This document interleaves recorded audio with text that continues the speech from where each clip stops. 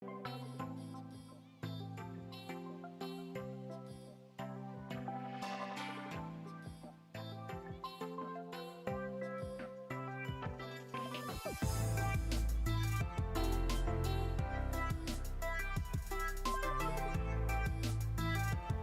had talked with Ms. Peterson about the library, what new things will be happening with it, and when it will reopen.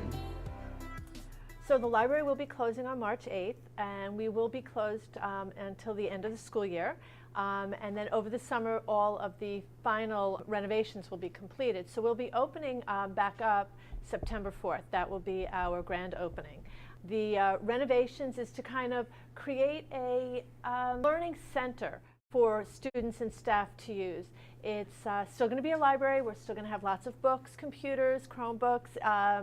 I'll still be making LibGuides, but the environment's going to be a little bit different in the sense that it will be comfortable, but yet a place where academic advances can be made. So we're really excited about it. Everything that you currently know as the library will be gone. All of the computers will be moved into where we now house the nonfiction section, and that will become a lab. There'll be a glass wall that will separate the lab from the rest of the library. It's going to be really exciting to have that room back there.